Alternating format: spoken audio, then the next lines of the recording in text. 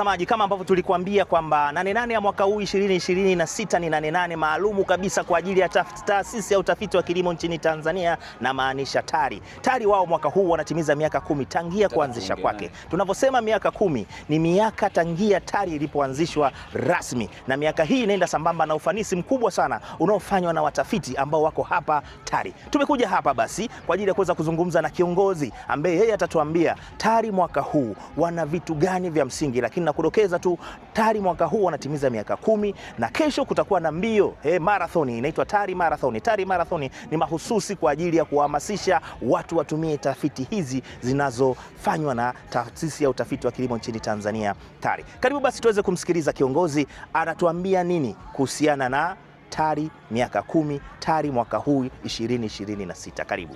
Asante sana, nashukuru. Naitwa Sofia Kashenge, ni mkurugenzi wa uhaulishaji wa teknolojia na mahusiano, kwa maana Technology Transfer and Partnership.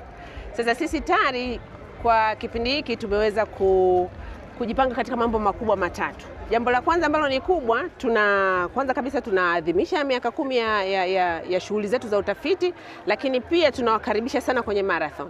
Lakini tatu, tumewaita watumishi wote wa TARI katika vituo vyote 45 wapo hapa Dodoma kwa ajili ya kuja kushuhudia shughuli hii nzuri, shughuli yao ya kuweza kuenzi miaka 10 ya utafiti. Sasa katika shughuli hii tunasema kwamba kwanza kesho tarehe 2 tunawakaribisha.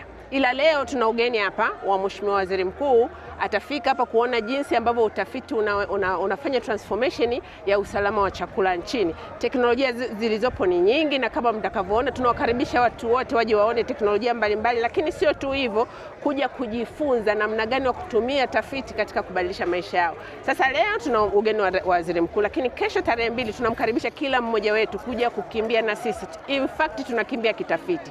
Hii ni marathon tofauti na marathon zingine zote. Hii ni marathon ya kitafiti. Hata mwendo wa kukimbia unatakiwa ukimbie kitafiti. Kwa hiyo karibu sana. So in this case tuna watumishi wetu wote hapa. Kwa hiyo Tanzania nzima mwenye changamoto yoyote ya kilimo akija hapa atakutana na mtumishi wa TARI ambao tumetawanyika katika ekolojia zote za uzalishaji nchini, wako hapa kwa ajili ya hii siku. Kesho saa 12 asubuhi tunaomba tukutane kwenye geti la 88 ili tuweze kukimbia kitafiti. Asante sana.